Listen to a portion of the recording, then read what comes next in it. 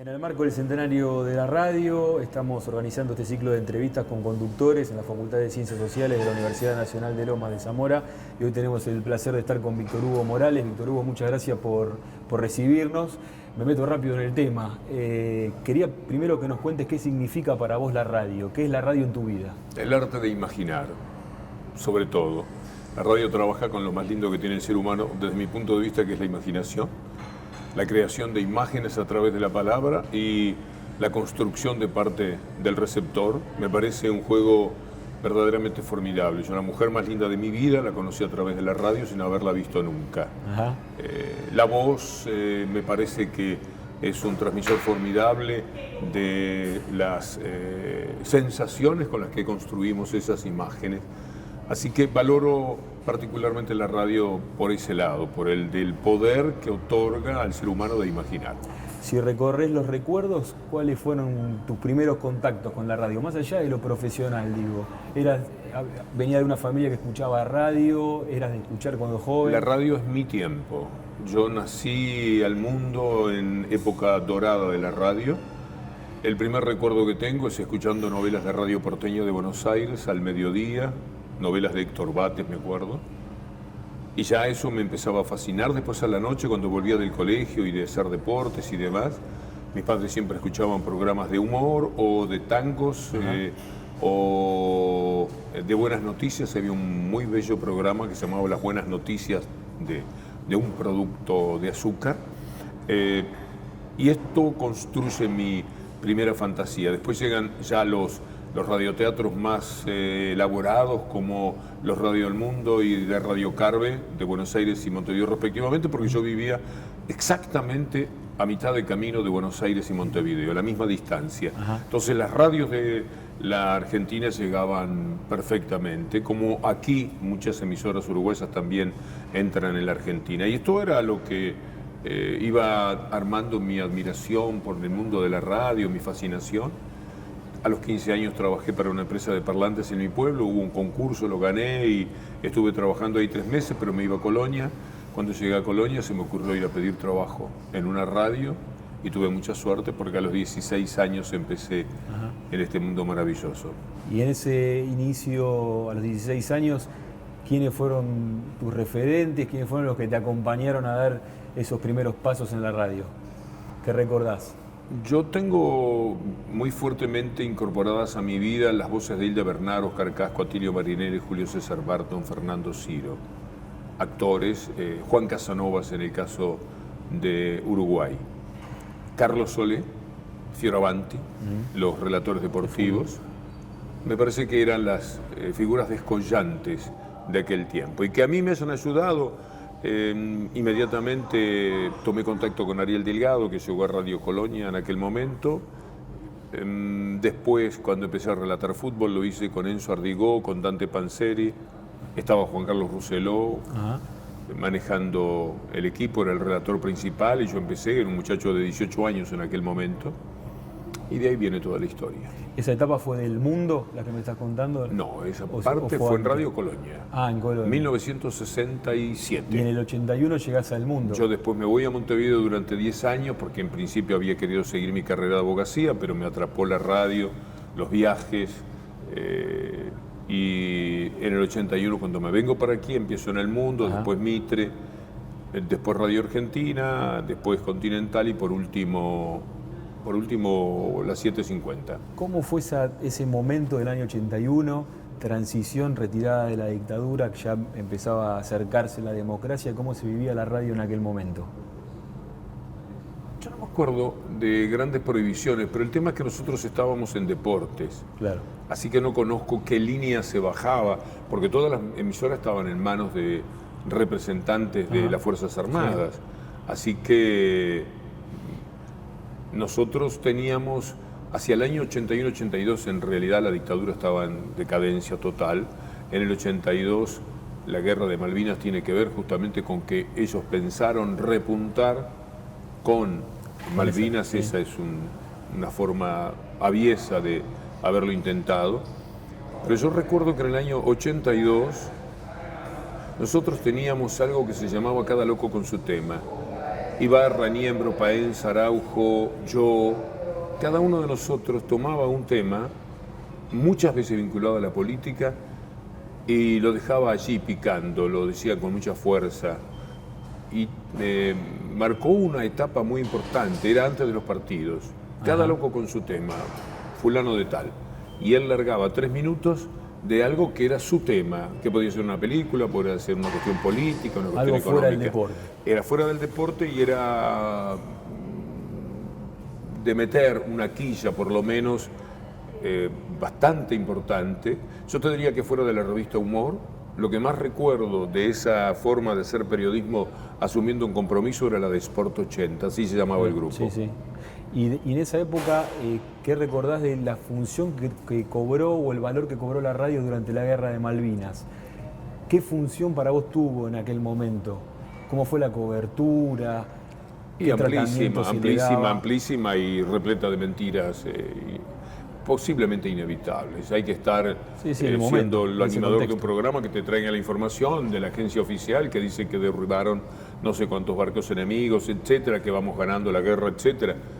Es imposible evadirte de esa información. No tengo un juicio severo para nadie, porque me parece que en ese caso además juega una cosa muy fuerte, que es lo patriótico, etcétera. Yo recuerdo que hasta el editorial de Humor era un tanto diferente a como Humor veía las cosas.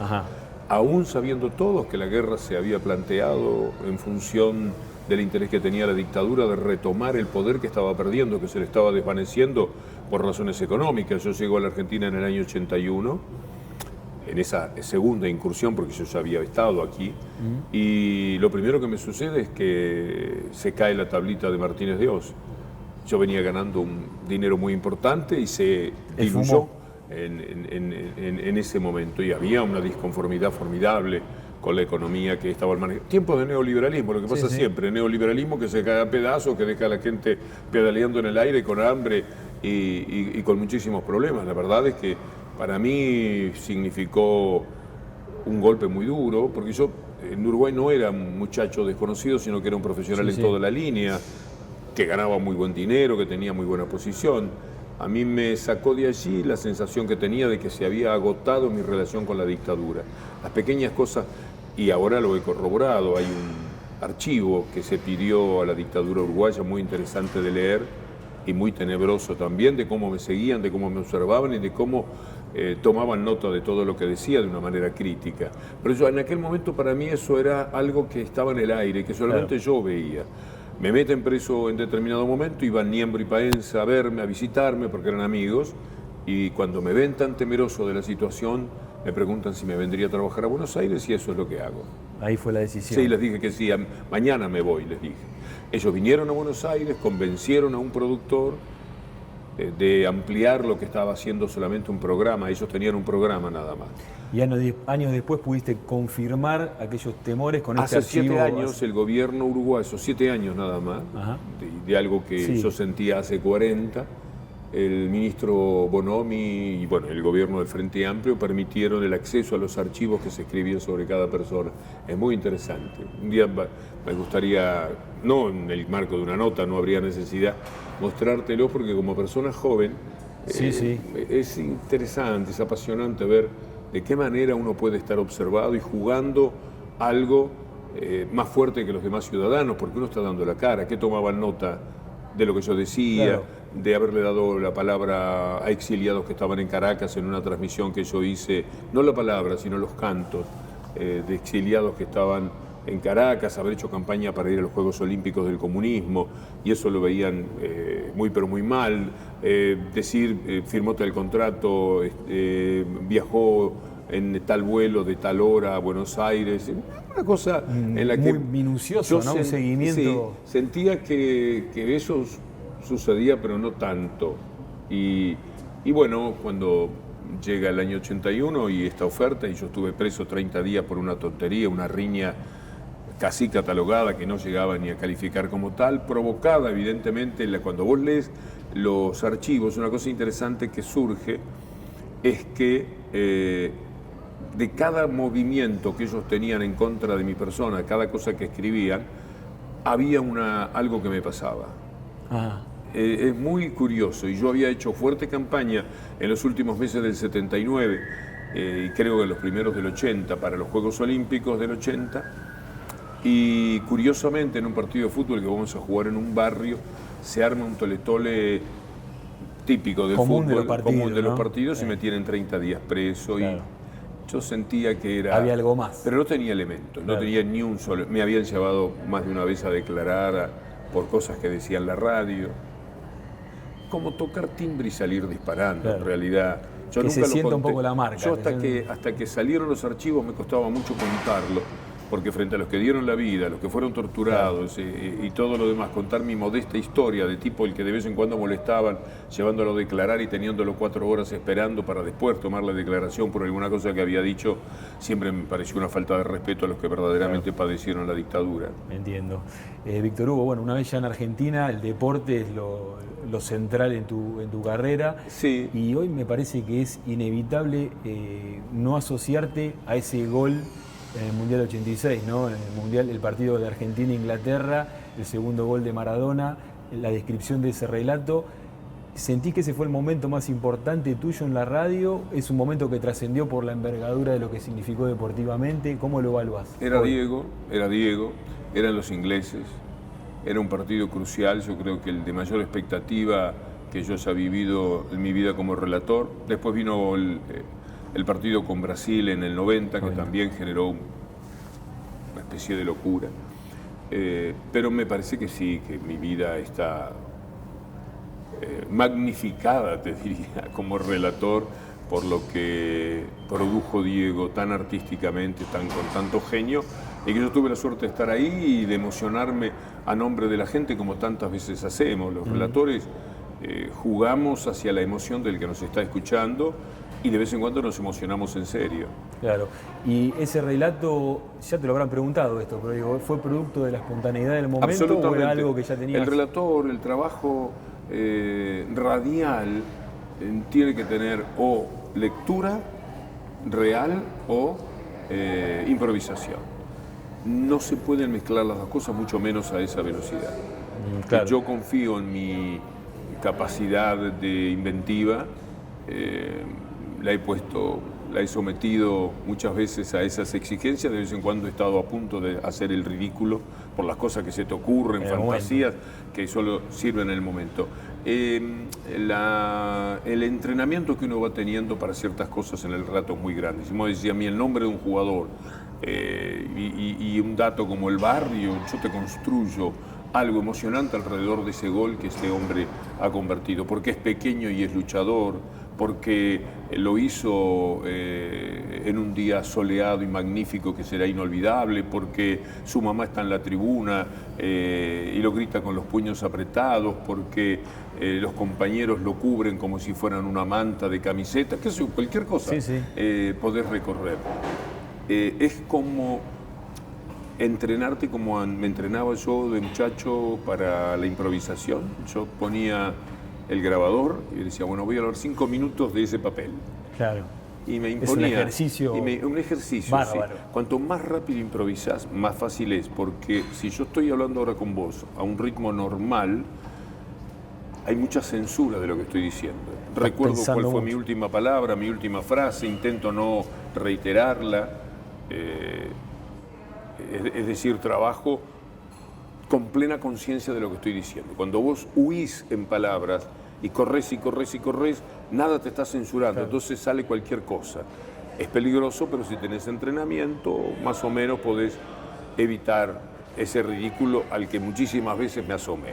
Bueno, ahí no se notó, por lo menos nunca lo hemos notado. ¿Qué otros momentos importantes recordás? Cosas que te sorprendieron al aire, situaciones que tuviste que cubrir o que te aparecieron de repente cuando estabas al aire. La más fuerte es la muerte de Kirchner. La muerte de Néstor Kirchner ocurrió, la noticia, en momentos en que yo empezaba mi programa de la mañana. Desde las 9:30 más o menos, no me acuerdo a qué hora fue que se supo. Fue un impacto, me parece que el más fuerte de todos. Yo tengo que elegir, está el gol de Diego, a los ingleses y radialmente considero que tendría que hurgar un poco más en mi memoria, estamos improvisando la charla, pero difícil que haya algo tan fuerte como lo que fue la muerte de Kirchner, el impacto político, humano, la sorpresa, la incredulidad, el instantáneo homenaje de muchísima gente que íbamos conectando por radio, la gran tarea de los productores que no me dejaron un minuto al aire solo. Claro. Siempre estuve con alguien que estaba esperando para opinar qué sentía frente a esa noticia recién revelada. Realmente fue un impacto verdaderamente impresionante. Después tengo algunos episodios, como por ejemplo trabajar 48 horas de continuo para hacer una campaña en Uruguay para operar un chiquito del corazón. Y la anécdota se completa cuando a los pocos días, después de conseguir el dinero que permitió eso, lo cual era una hazaña radial, me llamaron del mundo cardiovascular del Uruguay, las principales autoridades, muy amablemente, que comprendían lo que yo había hecho, pero que sin darme cuenta había hecho un daño, porque el hecho de vos estar juntando dinero para que una operación se haga en el exterior implica que no se podía hacer en Uruguay. Y la operación se podía hacer en Uruguay, donde hay, yo más que nada lo constaté desde ese momento, hay unos profesionales y una capacidad en ese tema, posiblemente en todos los temas de médicos, pero muy importante y muy desarrollada. Yo lo hice de buena fe, vino la familia, me pidieron eso y me lancé. Lo tomaron como un descrédito. Pero fue un aprendizaje también sobre la responsabilidad que tenemos como medio de comunicación. Cómo creyendo que estás haciendo un bien, estás dañando algo tan importante como lo que ellos me marcaron. ¿Cómo evaluás la evolución de la radio? Hace más de 50 años que como más inteligente radio. Que ninguna otra, porque la radio ha sabido ir reteniendo oyentes a través de la inteligencia de sus cambios. Cuando yo empecé a escuchar radio, el tema era el entretenimiento, el humor y las novelas. Los programas tenían animadores que presentaban la música, hacían chistes, tenían un libreto, había redactores, que era maravilloso eso, redactores para el humor, redactores para los temas más sensibles. Había un lugar donde había 2 o 3 personas permanentemente escribiendo en la radio. Esa radio, cuando llega a la televisión fuerte en los años 70, pero cuando gana mucho terreno ya en los 80, tiene que cambiar. Las novelas no van más, los programas de entretenimiento no tienen sentido y los programas de humor tampoco. Entonces la revista dislocada pasa a la televisión, en la radio no quedaba nada. Y la radio poco a poco va girando hacia el periodismo. Y es lo que tenemos hoy, una radio sin periodismo no es concebida, salvo que sea una radio musical, una radio específica. Pero las emisoras que compiten tanto en AM como recientemente, entendiendo por recientemente los últimos 15 años, afincan su pretensión de éxito en el periodismo. Y este sí que es un cambio muy interesante. Y en esto que me está diciendo Víctor Hugo, ¿qué importancia le das como herramienta para darle batalla, por ejemplo, al neoliberalismo? La radio como un espacio de poder marcar esa línea, poder contrarrestar o darle batalla al la derrota con el capitalismo es total, el neoliberalismo también. Cada vez entramos en mayor predominio de los medios que tienen que ver con la internet. La radio va a decaer un poquito, sobre todo la AM. La televisión también. El otro día el profesor Romero, que es un tipo muy interesante para que hables de estos temas, fui a una charla de él y mostraba cómo se va restringiendo la presencia de los medios convencionales y cada vez más el celular, la internet, ganando espacio así y dejando pequeños lugares. Claro, estamos hablando del 2030, que es mañana. Y eso a mí me llena de angustia, porque las redes no han cumplido con aquello que soñamos en un principio. También son tomadas por los medios convencionales, pero que ahora trabajan desde allí. Es todo muy disperso, muy insultante, muy basuresco. No sé si existe ese término. Pero desde ahí no se puede luchar. Si no hay concepto, no hay manera de captar la subjetividad de las personas, que ya está en manos del capitalismo. Sí, sí. La victoria más amplia que ha tenido el capitalismo es apropiarse de la mente de la gente. En eso han sido muy eficaces. Y recuperar ese terreno, entrar otra vez a la cabeza de las personas, desde ese mundo tan disperso de las redes, me parece que es imposible. O sea que yo proclamo mi bienestar por el hecho de estar grande y no tener que asistir a un mundo en descomposición. Todo lo que veo es un aumento de la violencia, de la desesperación de la gente. Las últimas películas, si vos tomás Parásitos, la japonesa, Sí. Joker, la norteamericana, la que están dando ahora que no te la podés perder, que se llama Los Miserables, francesa, y una película mexicana que pude ver, que se dio muy pocos días en el Lugones, que se llama Ya no estoy aquí. Lo que ves es que en Monterrey, en París, en Estados Unidos, en Corea, no, Monterrey la mexicana. Sí, sí. En Corea. Yo dije Japón. Sí, no importa, Corea. En Corea, claro, la violencia. La violencia, sí. Aflora y aflora y aflora. Y como es un milagro que no tengamos más violencia. Es decir, el mundo tiene mucho menos violencia de la que se merece. El capitalismo tiene, claro, ahogado absolutamente todo. Tiene las armas, tiene el poder económico y tiene los medios.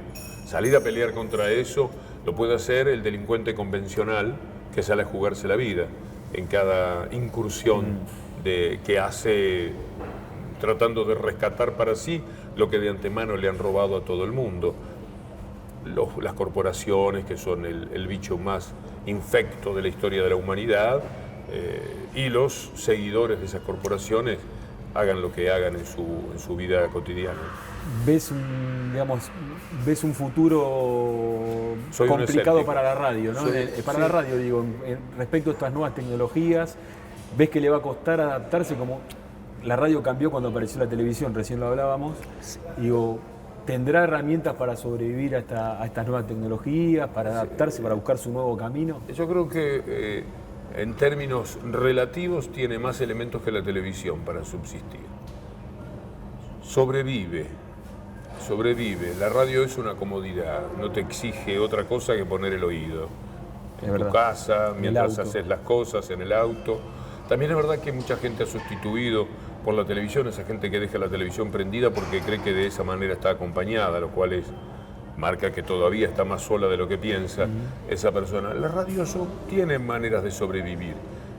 Todavía millones de personas escuchan radio en la Argentina. También se corresponde con las culturas de los países. Hay países que tienen más cultura radial que otros y la Argentina, Uruguay son en ese sentido formidables en América Latina. No, desaparecer no, achicarse su espectro, la recaudación, es decir, la publicidad se va volcando a muchos lugares, se ha escapado de lo que era la radio. Yo cuando empecé en Montevideo tenía 50 avisadores, en Buenos Aires potentes avisadores, 22 porque teníamos cerradas las cuentas para dar buen servicio. Terminé con 2 o 3 avisadores. Claro. Porque la inversión, la primera cosa que ocurrió fue que los cables empezaron a poder pasar publicidad. La gente que tenía la publicidad en la radio la volcó al cable porque siempre es bueno verse. Claro. Y ese fue un golpe muy duro que hizo que todas las ganancias se perdieran, que las radios sean generalmente deficitarias. Hasta las radios que les va muy bien son deficitarias. El modelo de relatores, el modelo del destape con suscripción puede ser una alternativa. ¿El destape decís? Sí. El destape va muy bien. Pero con el modelo de suscripción para poder, financiar... Bueno, nosotros tenemos la plataforma Relatores, Relatores, por eso yo relato de vez en cuando, todos los domingos. Nos toma alguna radio, ahora parecería que Radio Nacional va a tomar a los muchachos, con lo cual factiblemente yo me aparte porque van a empezar a molestarme con que el Estado paga un dinero que es muy poquita cosa, pero seguro que me van a correr porque son tan infames como lo han sido siempre hacia mi persona, y yo no voy a permitir que nadie piense, no porque esté mal, sino porque ellos hacen aparecer como que está mal. Y me van a correr, supongo. Así que está la plataforma, las radios que nos toman, más o menos han sobrevivido. ¿Puede ser una alternativa, teniendo en cuenta esto que sí, que se achica cada vez más la pauta publicitaria para las radios, que están las redes ahora compitiendo por el mercado? Si hablamos también, de la radio de los internet? 70, 80, 60, 70, 80, la radio que yo viví, Sí. la popularidad que hubo, el dinero que ganaron los profesionales de la radio, el tipo de programa, la nombradía que adquirían los profesionales, ahora es imposible y cada vez más difícil, más difícil. Si hablamos de desaparición, de extinción de eso, dudo que pueda ocurrir. Yo creo que la radio tiene una nobleza tal, eso que yo te mencionaba en un principio, de trabajar con la imaginación, La de magia. acompañar a una persona. Es decir, todavía no conozco nada más entretenido que agarrar el auto y hacer 500 kilómetros escuchando la radio. Parece que es muy difícil. Un poco me lo está diciendo ahora, pero te quería pedir para terminar, si querés, a esa cámara, un mensaje por los 100 años de radio. Le debemos mucho, le debemos grandes emociones, maravillosas voces, hemos conocido personajes imperecederos, hemos sabido de la historia de la humanidad y hemos tenido lo que en estos momentos es el medio más creíble, aún con sus dificultades y con sus profesionales que puedan tener otras ideas de esto. De todas maneras, todos juntos hemos contribuido para que la radio sea más creíble que la televisión y más potente todavía en la comunicación que los otros medios. La radio sobrevive.